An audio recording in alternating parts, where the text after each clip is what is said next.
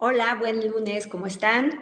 Espero que muy bien. Hoy, como ya es nuestra costumbre, tenemos estos minutos dedicados al arte. En esta ocasión vamos a hablar más allá de las obras de los grandes artistas, vamos a hablar un poco de su vida privada. Nos vamos a inmiscuir en la vida privada de algunos artistas. Hice una selección. Solemos vincular al artista con ciertos aspectos muy lejanos al común denominador de todos nosotros, ¿no? Y que lo vinculan con esta potencia creativa que los caracteriza. Muchas veces a esto le llamamos genio, ¿no? Se le conocen como genios, sobre todo cuando surge este concepto con mucha fuerza en el Renacimiento, pero también son personajes como muy proclives para hablar un poco de la manera extraña de actuar, ¿no? Que no se conforman bajo la norma. En realidad, la historia del arte no se dedica a esto, ¿no? No hace perfiles psicológicos de los artistas. Otras disciplinas han analizado fuertemente este aspecto, no tanto los historiadores como en mi caso. Sin embargo, siempre es divertido indagar un poco en la vida de estos míticos personajes, y hay que tener muy en cuenta que en el momento en que estamos hablando de ellos, hablamos más de nosotros que de ellos mismos. ¿Por qué? Porque por más que hagamos un esfuerzo de analizarlos en un contexto histórico propio de su época, pues siempre estamos conformados por estructuras sociales, ¿no? Que nos determinan, pero no por eso podemos dejarlo de hacer. Sam, si quieres empezar con la presentación. Es así que hemos rastreado ciertos artistas que han padecido dentro de su vida algunas anomalías, por así decirlo. En este caso, el caso de Van der Goes está vinculado con su genialidad, su capacidad creativa y ataques de locura. Se cree que es uno de los primeros casos que en efecto están documentados, ¿no? Que hay testimonios fieles en relación a esta enfermedad mental que padeció el pintor flamenco muy, muy famoso del Renacimiento. Se sabe que en pleno apogeo de su obra, él decide ingresar a un monasterio y se refugia ahí. En aquel entonces, ese monasterio tenía reglas muy, muy laxas, sobre todo para una celebridad como Hugo van der Goes, y le permitía guardar ciertas canonjías como el seguir pintando, contar con todo el material, recibir visitas de alto rango, ¿no? Y otros placeres terrenales que no tenían los otros conversos, ¿no? Y era uno de los consentidos. Una noche tuvo un episodio muy fuerte que narran sus compañeros de locura que él mencionan como frenesí magna, y que empezó a gritar que estaba realmente condenado, y tenía como esta lucha interna entre la fama, el éxito, el reconocimiento público, y por el otro lado, el camino más virtuoso vinculado con la salvación del alma. Y así estuvo prácticamente un año muy, muy grave. Fue sometido a una terapia que en aquel entonces se aplicaba para la gente que sufría de lo que se entendía como aquel entonces como melancolía, que era la musicoterapia. Sin embargo, pese a que lograban calmar un poco su alma, no se curó del todo, inclusive muere en este malestar, y es de los pocos casos que se tienen como muy bien documentados de aquella época, ¿no? Que efectivamente sufrió una crisis total. El propio Séneca habla de que jamás ha habido un gran talento sin un toque de locura, y que tiene que ver con esta idea de la imagen que vamos construyendo entre los artistas. Siguiente, Sam, por favor. Y que en el caso de Hugo van der Goes nos los deja claro también por esta renuncia inclusive a la belleza ideal. Aquí hay un detalle muy interesante de su retablo de la adoración de los pastores, en donde podemos identificar a la representación de estos pastores muy alejado de una visión idealizante y bucólica, ¿no? Del pueblo que se dedica a la siembra, sino que sus rasgos son de estos personajes que han vivido una vida dura y que están con la piel curtida, ¿no? Y con estos rasgos mucho más vinculados a un retrato natural que a esta visión que se tenía, sobre todo en el Renacimiento, ¿no? De la idealización vinculado con la belleza. Es así como Hugo van der Goes, quizá con esta sensibilidad y esta renuncia a la vida lujosa, también introdujo la categoría de la fealdad, ¿no? Que es una de las contribuciones que tiene en el caso de Hugo van der Goes, si es que hemos de catalogar a estos personajes con esa etiqueta, ¿no? Pero al fin y al cabo difiere muchísimo de lo que se estaba pintando en aquel entonces. Siguiente, por favor. En la siguiente imagen les voy a contar las aventuras de un personaje sin igual. Se trata de Fray Filippo Lippi, uno de los pintores más importantes del Renacimiento florentino. Él, al igual que muchos huérfanos, en el momento de quedar sin la custodia de los padres, ingresaban a los monasterios. En el monasterio de los Carmelitas, en Florencia, fue criado por los monjes y pues fue criado para ser monje sin ningún tipo de vocación religiosa. Estuvo en contacto en este monasterio seguramente con Masaccio y Masolino, que son también dos grandes genios pintores del Renacimiento y que ahí pintan una famosísima capilla Brancacci y ahí inicia su carrera como pintor, cosa que les causa un gran regocijo a la congregación porque creen que ya tienen un pintor que forma parte de su orden y que su monasterio será uno de los más bellos gracias a las magníficas obras que podría hacer Fray Filippo Lippi. Sin embargo, el niño sale rebelde, ¿no? De alguna manera no manifiesta ningún tipo de vocación religiosa y en un viaje hacia un monasterio en la ciudad de Prato queda enamorado de una joven también novicia, huérfana, con el mismo destino trágico del propio Fray Filippo, que de nombre Lucrecia Buti. Y es así como ellos deciden fugarse, se escapan y pues de alguna manera inician una relación que tiene como fruto un hijo de nombre Filipino, también un gran pintor.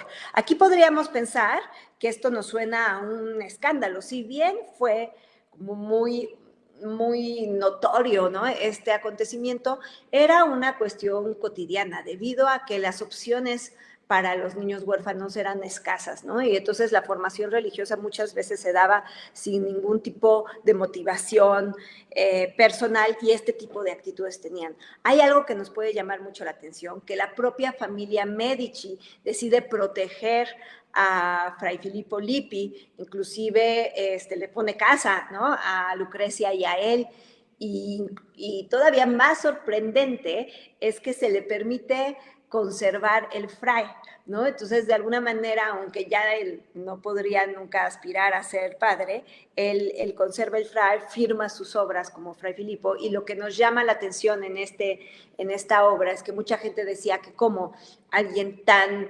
libertino podía pintar obras tan devotas y tan sagradas, ¿no? Como esta magnífica Madonna. A mí lo que me llama más la atención es este rasgo humano del personaje y este vínculo tan cercano que en el caso de Fray Filippo en su infancia careció, ¿no? Del amor de su madre y que él vio este vínculo tan fuerte entre Lucrecia y su pequeño Filipino. Así que, bueno, es un caso singular y pues valía la pena mencionarlo. Siguiente, por favor.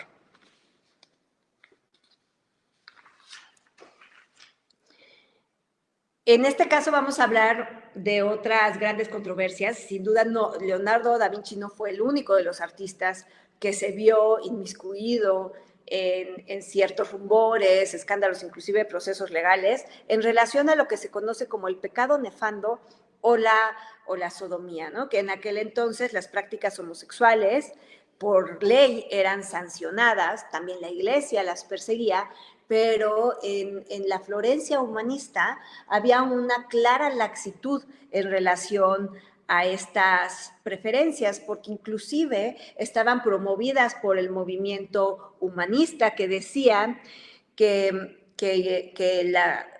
la preferencia, ¿no? La homosexualidad estaba bendecida por los filósofos griegos, ¿no? Entonces, en este vínculo con una preferencia sexual vinculada con una postura filosófica, Florencia fue un lugar en donde pues la población educada, letrada, en ocasiones practicaba abiertamente la homosexualidad. También se sabe que por esa época, en la propia Venecia, las cortesanas les convenía mucho más ataviarse como hombres que vestirse sensualmente como mujeres, ¿no? Debido a que pues estaba en pleno apogeo esta práctica, mínimo en alguna parte de la etapa de la juventud y de la formación intelectual de algunos grupos. El propio Leonardo se vio inmiscuido en una denuncia anónima en Florencia. En la plaza había una especie de buzón conocido como tamburo, en donde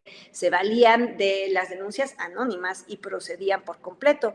Y hacia 1476 fue cuando él, siendo muy joven, junto con otros personajes, son denunciados. Al parecer no procede porque tanto él, hijo de un famoso notario, como otro joven familiar de los Medici, estaban dentro de la denuncia. Por lo tanto, se desestimó, nunca más se volvió a hablar de este acontecimiento.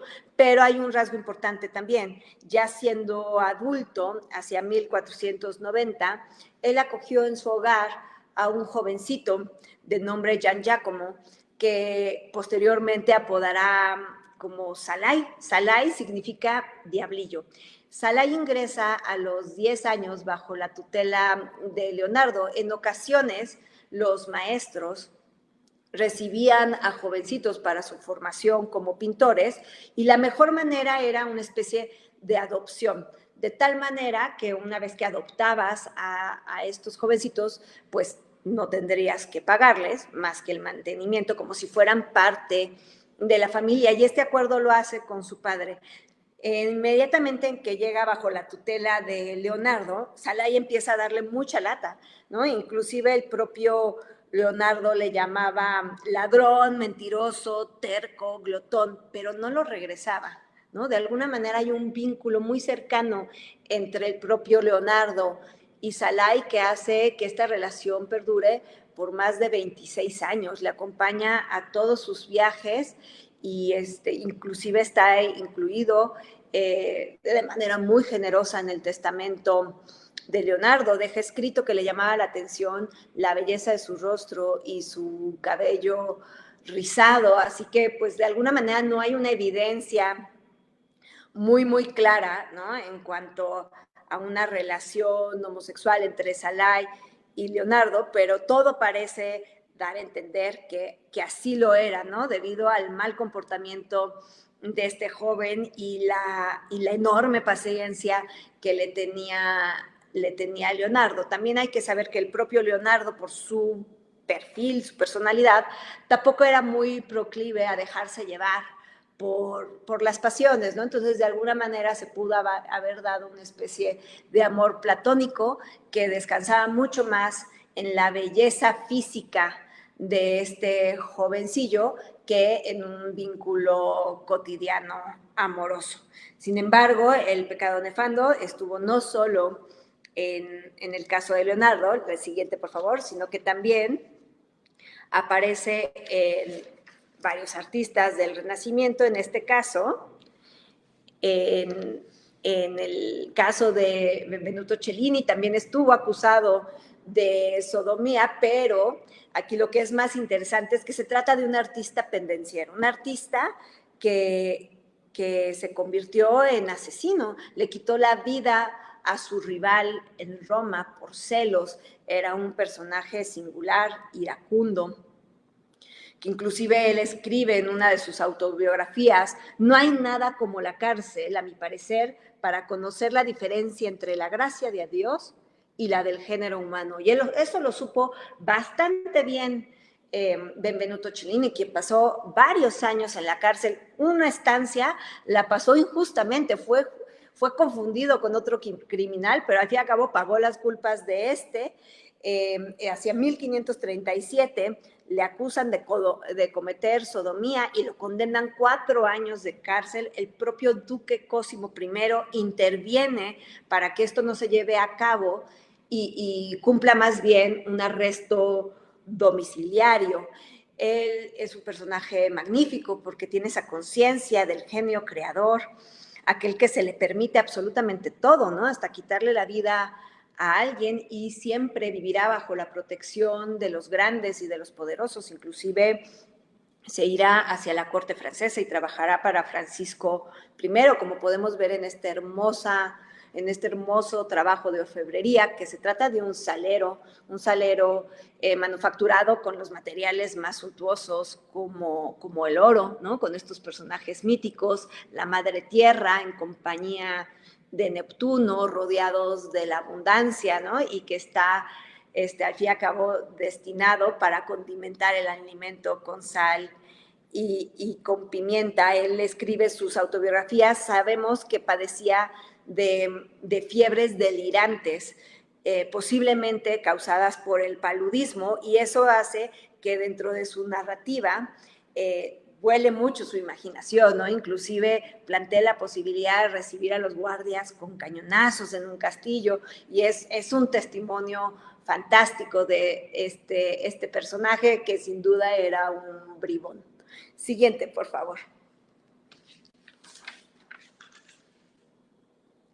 Esta es otra obra que se encuentra en la Plaza de Florencia, igualmente obra de Benvenuto Cellini. Se le ve que era muy hábil, no tanto también como orfebre, ¿no? Era un gran joyero, pero también como escultor, en donde vemos esta fuerza anatómica, la manera en la que decididamente el propio Perseo levanta de manera triunfante la cabeza de la Medusa, que será la única de las gorgonas que es mortal, ¿no? Y que logra vencer gracias a su fuerza, pero sobre todo a su astucia. Siguiente, por favor.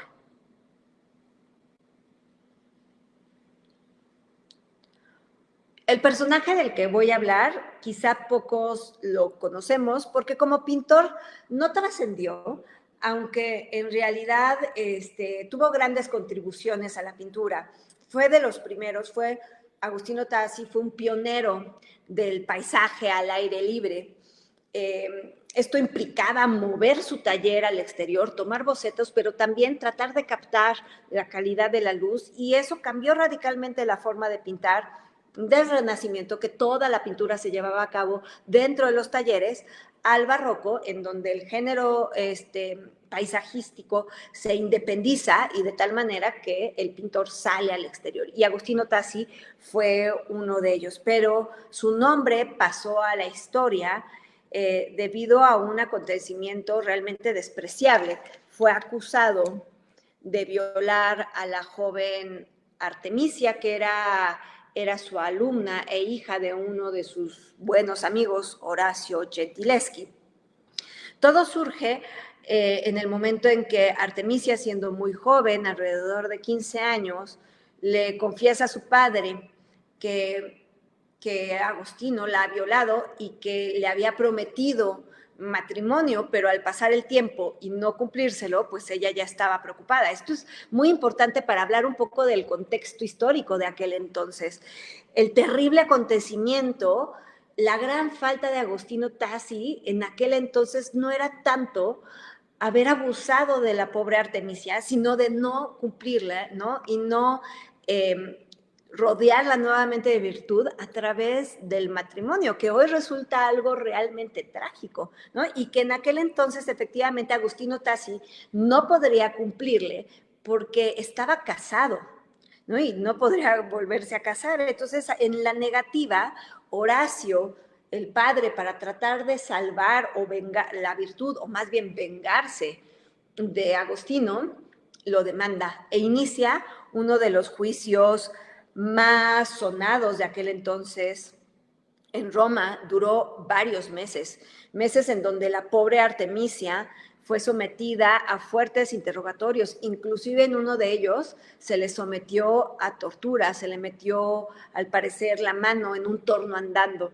para que ella confesara. La defensa trató de desprestigiar la virtud de la pobre Artemisia, ¿no? Diciendo que ella había iniciado la relación y que no era virgen. Entonces, de tal manera que en realidad la víctima fue la que salió mucho más afectada. Sin embargo, Agustino Tassi, de alguna manera muy liviana, pagó sus culpas, estuvo 8 meses en la cárcel, gracias a que su propia hermana, Olimpia, declaró en este juicio lo siguiente: este hermano mío es un bribón y un desgraciado que vive de su ingenio.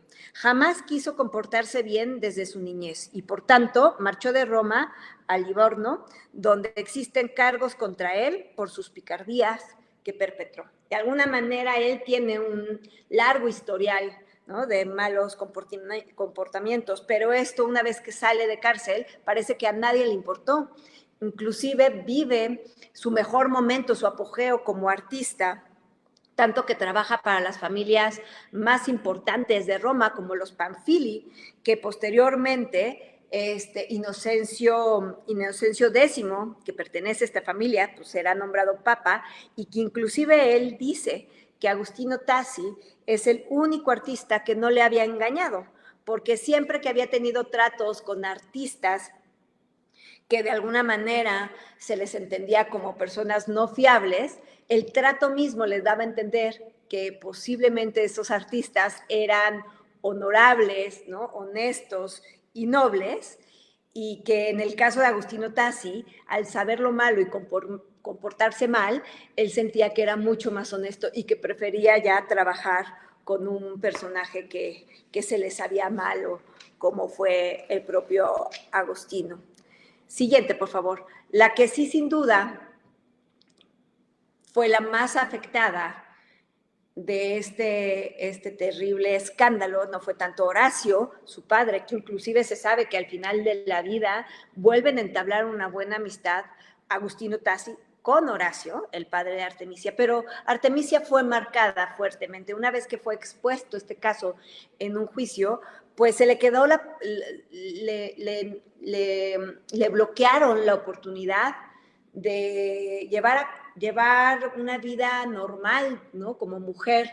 Le dejaron muy pocas posibilidades de ser una mujer respetable debido a esta visibilización de su vida. Por lo tanto, esto, que es una tragedia, le brindó la oportunidad de convertirse en una artista independiente, como ninguna otra artista de aquella época había sido. Se sabe muy bien que las artistas en la historia del arte occidental han existido siempre, pero bajo la sombra de los padres o de los dueños del taller. Mujeres muy talentosas trabajaban en las obras, pero se les prohibía firmar.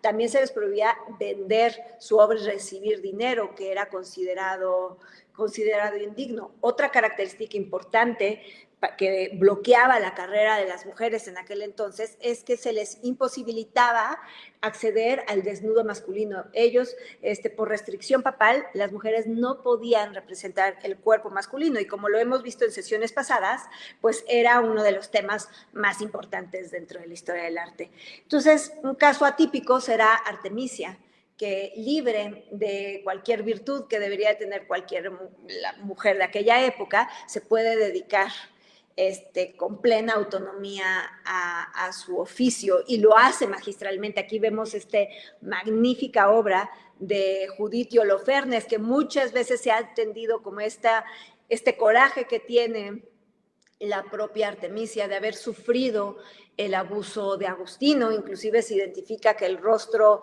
de Agustino pudo haber sido el que inspirara el rostro de Holofernes, y que esta heroína, quitándole la cabeza a este personaje, libera a su pueblo del yugo. Siguiente, por favor. Otro aspecto que nos habla de cómo quizá le marcó esta sensación de abuso y exposición a la pobre Artemisia es este cuadro que se conoce como Susana y los viejos, en donde Susana era una joven que estaba bañándose y es sorprendida por dos ancianos que eran jueces, ¿no? Que se dedicaban a impartir justicia.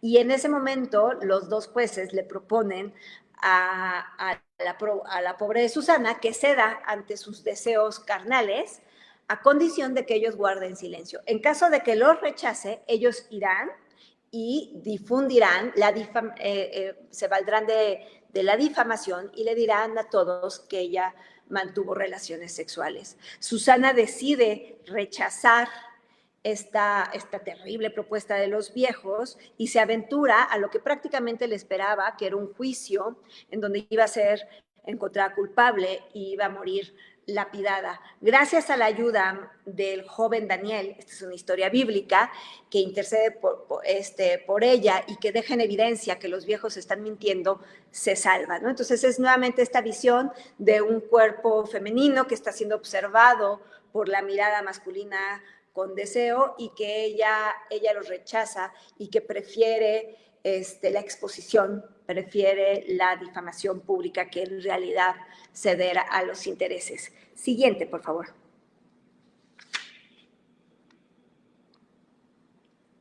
Caravaggio es uno de los personajes más importantes dentro de la historia del arte barroco. Se trata de un personaje oscuro con un fuerte temperamento violento. Se sabe que mínimo le cobró la vida a Ranunzio Tomassoni, un contrincante de un juego de pelota, pero de su biografía se le conoce más por todas las querellas que tuvo y todos los registros que hay dentro de los juzgados que dentro de la propia historia, ¿no? Entonces aquí vemos una obra muy interesante en donde se le representa a San Juan Bautista en el momento de su decapitación por medio de un verdugo violentamente representado en un desnudo, ¿no? En donde su espalda está muy marcada y donde con un cuchillo de caza está a punto de propinarle la estocada final.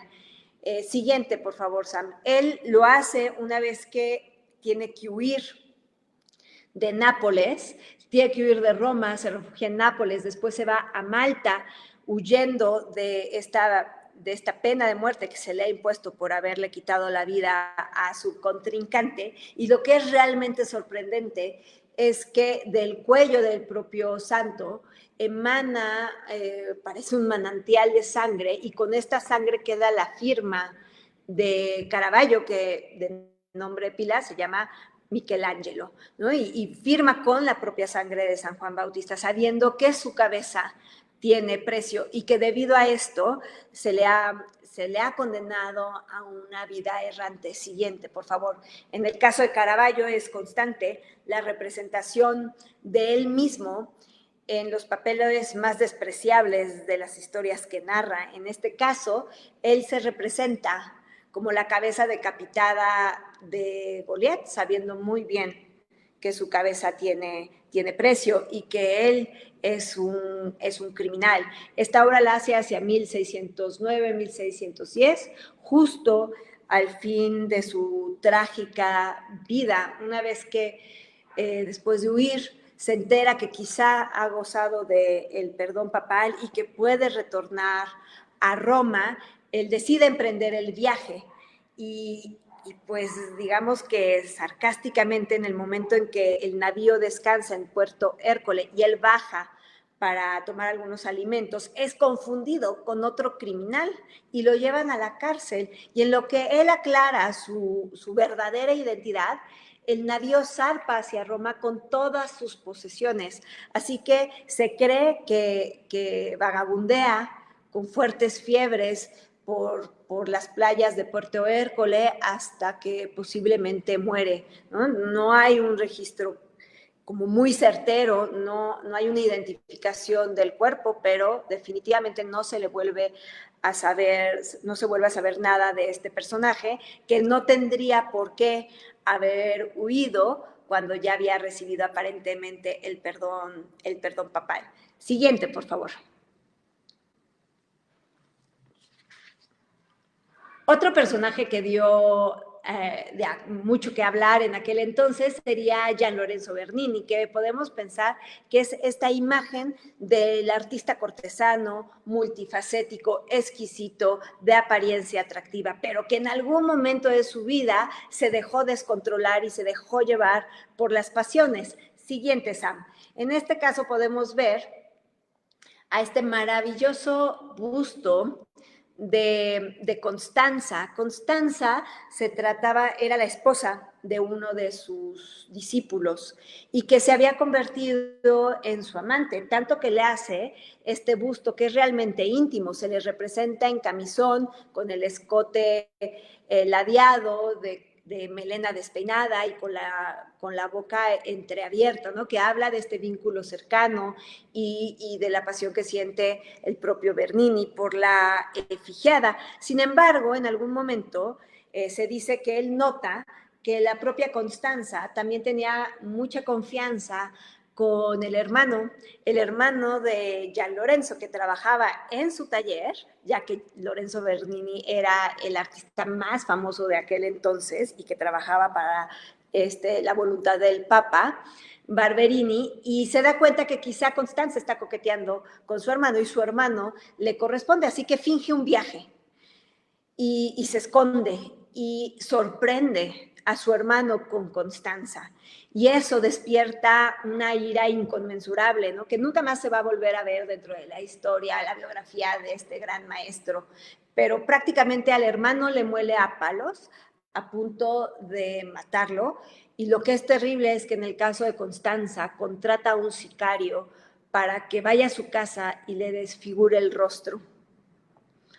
Esto no queda ahí. El propio Papa Barberini, gran amigo de Bernini, expulsa a su hermano de Roma y a la joven Constanza la acusan de adulterio y con el rostro desfigurado se va a la cárcel. En el caso de Bernini, el Papa decide casarlo con una joven de alto rango de Roma y lo amonesta, nada más le dice que se tendrá que portar bien de aquí en adelante si quiere seguir siendo el artista más célebre del Vaticano. Y así lo hace. Siguiente, por favor.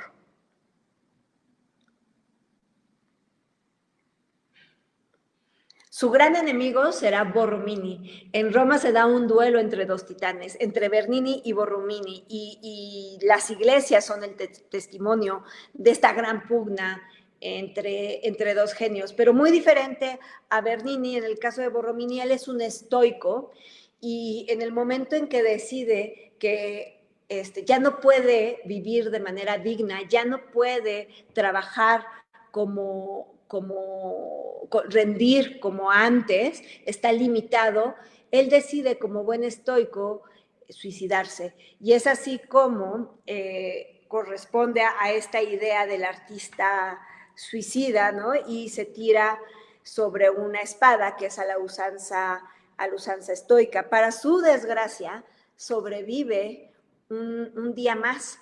Y en ese momento se ve la gran controversia de seguir el pensamiento estoico, que es de tradición clásica, o tratar de salvar su alma como buen católico que era, al tratar de argumentar que su muerte no era producto del suicidio, sino de un lamentable accidente. Y escribe en sus últimas horas de su vida dicta una carta en donde aclara que simplemente, aunque sí tenía intenciones de hacerse algún daño corporal, el hecho de que haya caído sobre la espada ha sido una lamentable accidente, y es así como en el verano de 1647 el propio Borromini pierde la vida.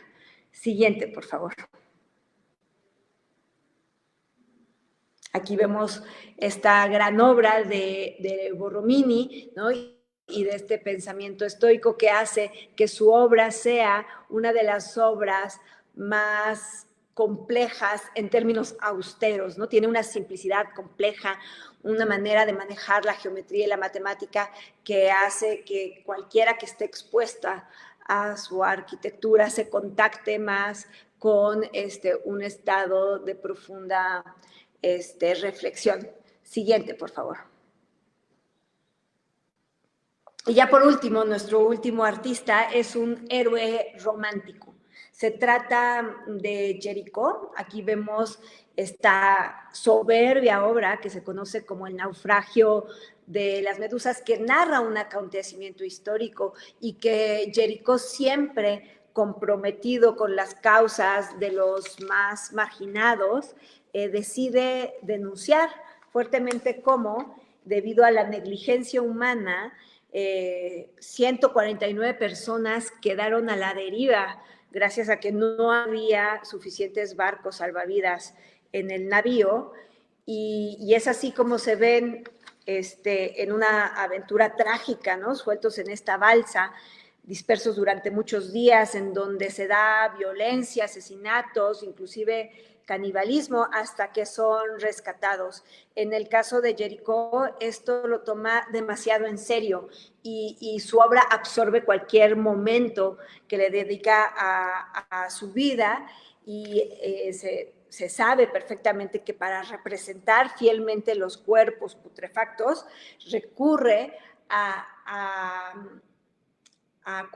fragmentos de cuerpos naturales que se lleva a su propio estudio para representarse. Sabe en aquel entonces que inclusive su estudio desprendía un olor terrible gracias a estos cuerpos para representar la brutalidad del acontecimiento. El resultado final no fue tan mórbido como se esperaba, debido a que tarde o temprano un lenguaje más renacentista, una fuerte inspiración del propio Miguel Ángel, dio como resultado estas magníficas anatomías siguientes. Pero como testimonio de este proceso, hay obras que quedan con estas representaciones anatómicas, ¿no? De fragmentos de cuerpo. En este caso es un estudio de brazos y piernas, en donde se le logra ver todavía las sábanas ensangrentadas, el cuerpo fragmentado, dispuesto de una manera muy romántica. Sabemos que para ser un héroe romántico también la muerte te tiene que llegar de manera prematura, y así le llega al joven Jericó, que era un gran jinete y que tiempo reciente había tenido un accidente muy fuerte en donde los médicos le habían recomendado no montar durante un tiempo bastante largo para que se pudiera recuperar del todo. Él desobedece a esta restricción, vuelve a montar, vuelve a tener una caída y muere trágicamente, ¿no? Entonces, de esa manera deja en realidad solo tres obras que estuvieron expuestas al público. Muchas otras que hizo, como estas, estudios anatómicos o estudios sobre la locura, nunca estuvieron expuestos, pero marcaron fuertemente el espíritu del romanticismo y también la idea del artista romántico dispuesto a desobedecer y dispuesto a arriesgar su propia vida por los ideales. Es así como hemos terminado esta charla, ¿no? Que habla un poco de la vida privada de los artistas. En el caso de que tengan cualquier duda, cualquier comentario, está ahí mi correo, es nurgayant@gmail.com. Cualquier duda que tengan, con mucho gusto lo podemos resolver. Y también, si quieren, próximamente, el próximo lunes será nuestra última sesión antes de entrar al periodo de vacaciones, así que me encantaría que me dejaran sugerencias de qué clase quieren que les preparen. Hay ya varias que también ya me han sugerido y que podemos preparar, pero me encantaría oírlos, generar un diálogo con ustedes. Muchas gracias por haberme escuchado. Espero que estén muy bien. Hasta luego.